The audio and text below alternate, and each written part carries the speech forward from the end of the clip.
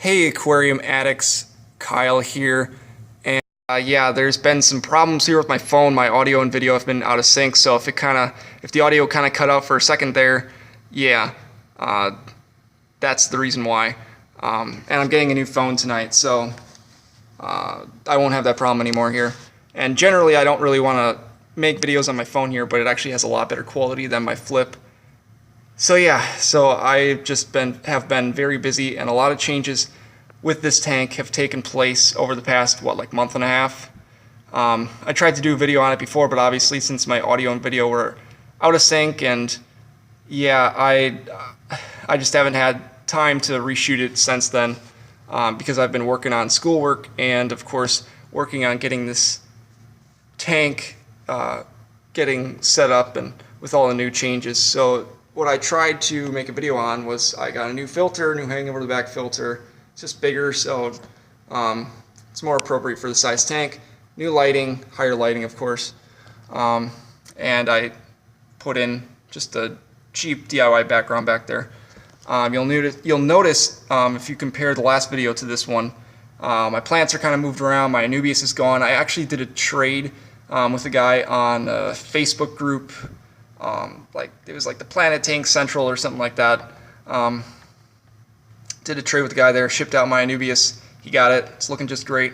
And I got about 30 red cherry shrimp out of it. Sakura grade, supposedly. So you can kind of see a couple of them right there, right there.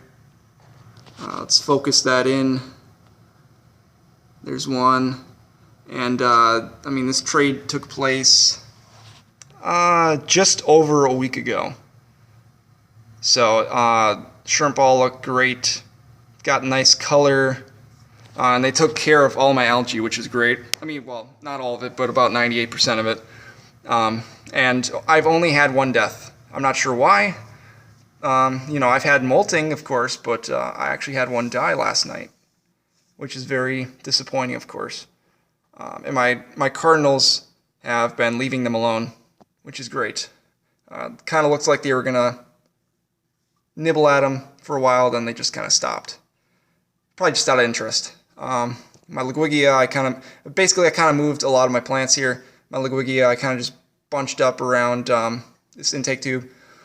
And normally when you get shrimp, or when you ship shrimp or whatever, you'll put the shrimp with some sort of food, shrimp pellets or whatever, and then you also ship them with something like hornwort or Java moss, and I got actually a little bit of both. So I got a little bit of hornwort, so I cut probably the best ones and planted them, and I don't know if I necessarily want to keep them for too long. They're actually growing like crazy, which is great. None of my other plants are growing like crazy, but of course hornwort is.